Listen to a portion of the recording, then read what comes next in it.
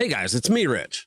You woke up thinking you had travel plans, maybe a flight booked, possibly a trip lined up, and then suddenly it was gone. Spirit Airlines didn't just cancel flights, it disappeared overnight. No warning, no safety net, nothing. Well, what we're going to talk about in this video is that this was not some random corporate implosion. This was years in the making. And the fingerprints belong to some very familiar faces in Washington, D.C. We're going to walk you through the collapse of Spirit Airlines, the blocked merger that might have saved it, the politicians who celebrated blocking it. Buckle up. And I mean that literally. Let's get into it. All right, guys, welcome back to RPW Media, where we cut through the noise, follow the facts, and call it like it is, no matter who makes it uncomfortable. All right. Something major just happened. And if you had a Spirit Airlines flight booked, you already know. Early Saturday morning, the airline stopped operating. There was no warning, no press conference, no, we're sorry for the inconvenience email blast. Just nothing. Flights canceled, customer service lines dead. Imagine that. Travelers stranded at airports across the country, holding tickets to nowhere. 14,000 jobs gone, just like that.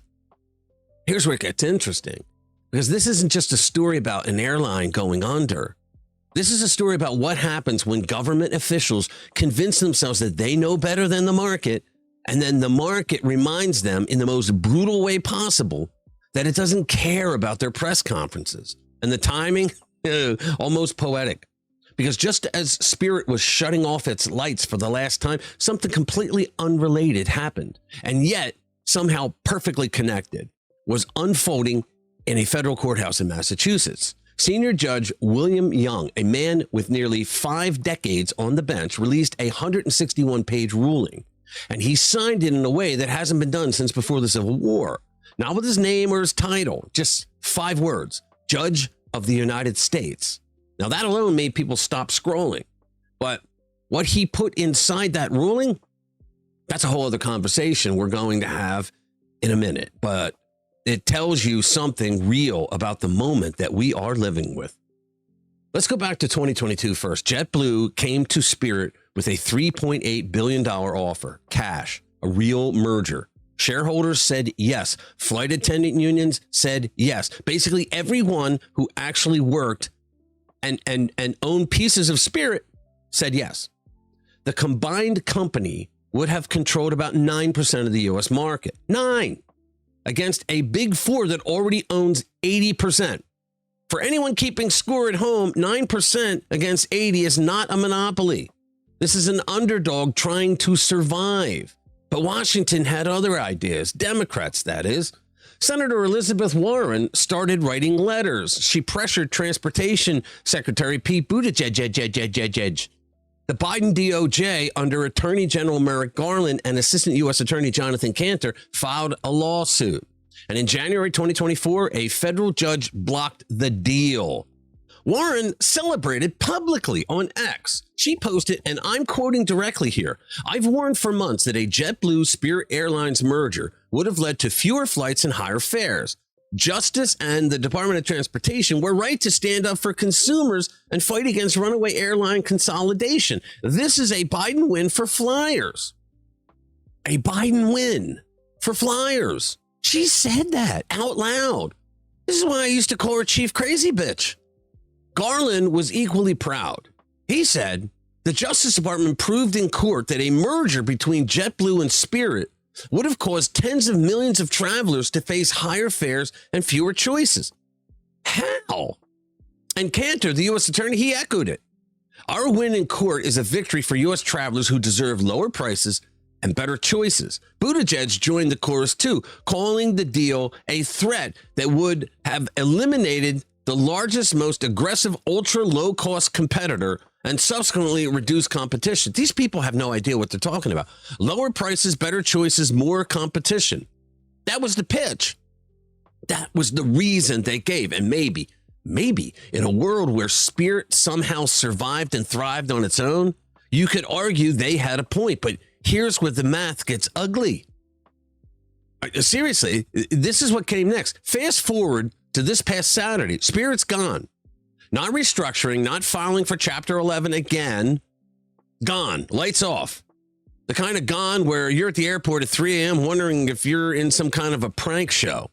When the current Transportation Secretary, Sean Duffy, weighed in, he didn't mince words. Give this a watch. Joe Biden and Pete Buttigieg, along with the Biden DOJ, decided that they did not want that merger to take place.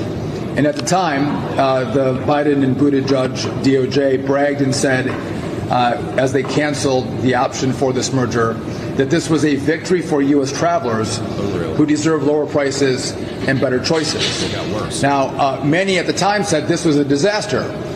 This merger should have been allowed. And this today would indicate this is not better for travelers. This is not better for pricing. This is not better for competition. Actually, it's worse.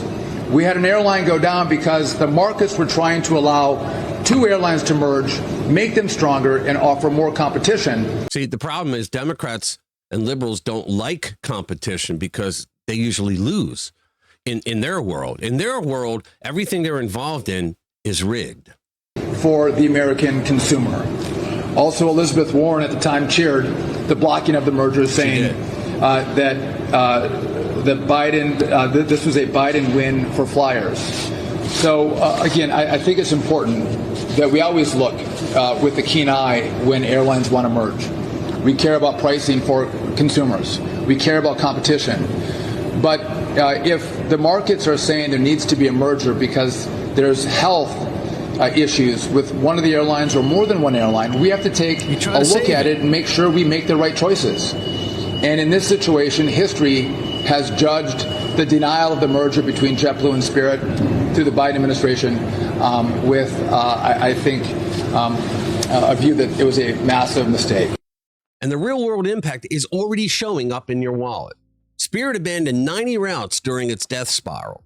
Fares on those routes are up 14% on average. Oakland to Newark went from $135 to $288. Fort Myers to San Juan, $92 to $219. Kansas City to Newark, up 66%. They're not projections from a study, guys. These are real prices that real people are paying right now, today, because one option disappeared. And the Democrats are all over social media trying to tell you it's Trump's fault. Now, here's the part that's going to make your head spin a little. Warren, after all of this, did not say, I got this wrong. She did not say, I'm sorry. What she said was this: spiking fuel prices from Trump's war was the nail in the coffin for twice bankrupt Spirit Airline.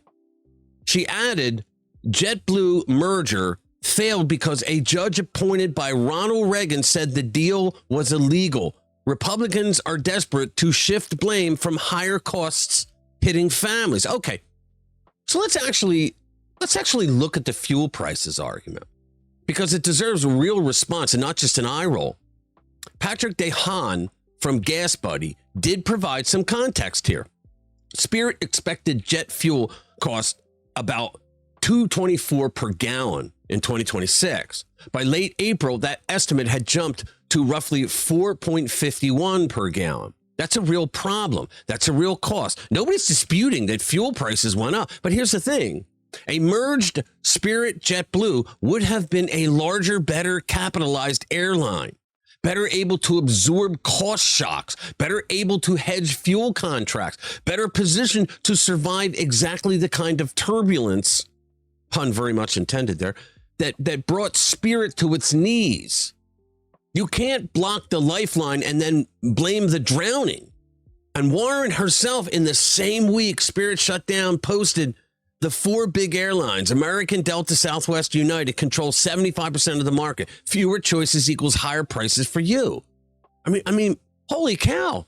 She posted that after Spirit died. After the merger she helped kill would have created a fifth major competitor. The irony isn't subtle here, guys. It's not even hiding. It's just sitting there in plain sight, wearing a name tag, for goodness sake. Now, let's get to the federal courthouse in Massachusetts, because I promised you we would come back to that, and it matters more than it might seem. Judge William Young's ruling, 161 pages, wasn't just legal opinion. It was something closer to a statement of conscience. He published a threatening postcard that would have been sent to him. It read, Trump has pardons in tanks. What do you have? Somebody sent that to him. And his response was published right alongside it. Dear Mr. and Ms. Anonymous, alone, I have nothing but my sense of duty. Together, we, the people of the United States, you and me, have a magnificent Constitution. Here's how that works out in a specific case. This is the opinion that he signed as Judge of the United States. It's a designation not used since before the Civil War. It wasn't an accident. It was a message. That's a man with 5 decades on the bench saying in the most deliberate way possible, I answer to the Constitution, not to tanks, not to pardons, not to postcards. Now, I'm not here to tell you that Judge Young got every legal call right. Reasonable people can disagree on that. What I am saying is that the image of a federal judge under threat, quietly going back to his desk and writing 161 pages of constitutional reasoning while signing it as simply Judge of the United States, that's something. In a week when people are pointing fingers everywhere, that's someone just doing their job with their head down. That contrasts sharply with the politicians who celebrated blocking the Spirit merger, watched it collapse, and then immediately reached for someone else to blame. Now, a community note showed up on Warren's tweet saying, Senator Warren previously helped block the merger of JetBlue and Spirit, which would have resulted in a 5th major airline and more competition against major airlines. In 2024, Senator Warren supported the Biden administration's DOJ suing to prevent the merger between JetBlue and Spirit, fearing fewer costs and higher fares. Now Spirit shut down, resulting in fewer flights and less competition. That's the story in 2 sentences. The feared outcome happened anyway, except it was worse because when Democrats are in charge, it's always worse. Now the Democrats are scrambling across social media, trying to pin this on tariffs, on Trump, on fuel prices, on anything with a pulse. And look, fuel prices are real. I mean, no one's going to say they're not. Tariffs affect industries.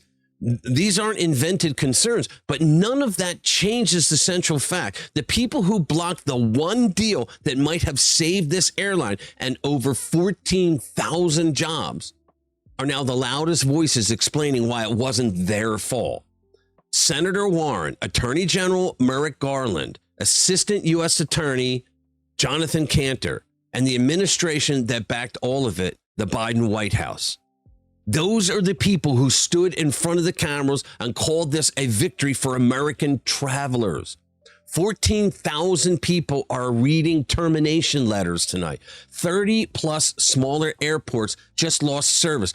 40 plus thousand people when you count the ripple effects. And the fares on Spirit's old routes are already climbing.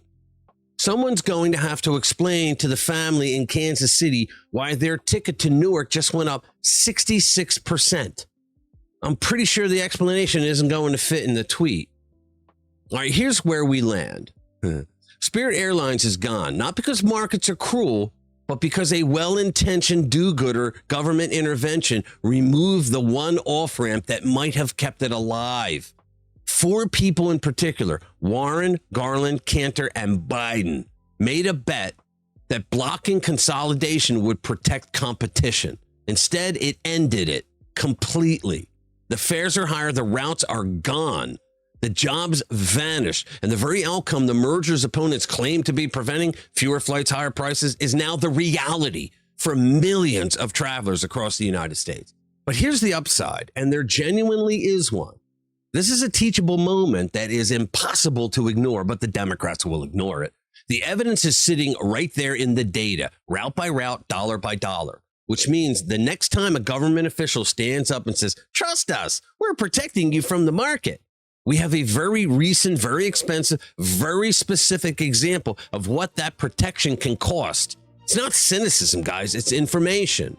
And informed voters make better choices. The debate isn't over. It's really just getting started. All right, tell me what you think in the comments below. I love hearing from you guys. Thank you for watching. I'll see you in the next one.